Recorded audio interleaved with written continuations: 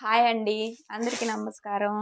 Cleaning ప్రాసెస్‌లో ఒక tip చెప్దామని వచ్చేసాను. ఇది చూడండి. నేను బూజు దులుపుకునే కర్ర. ఇది ఇలా బ్రష్ లాగా వచ్చేసేసింది.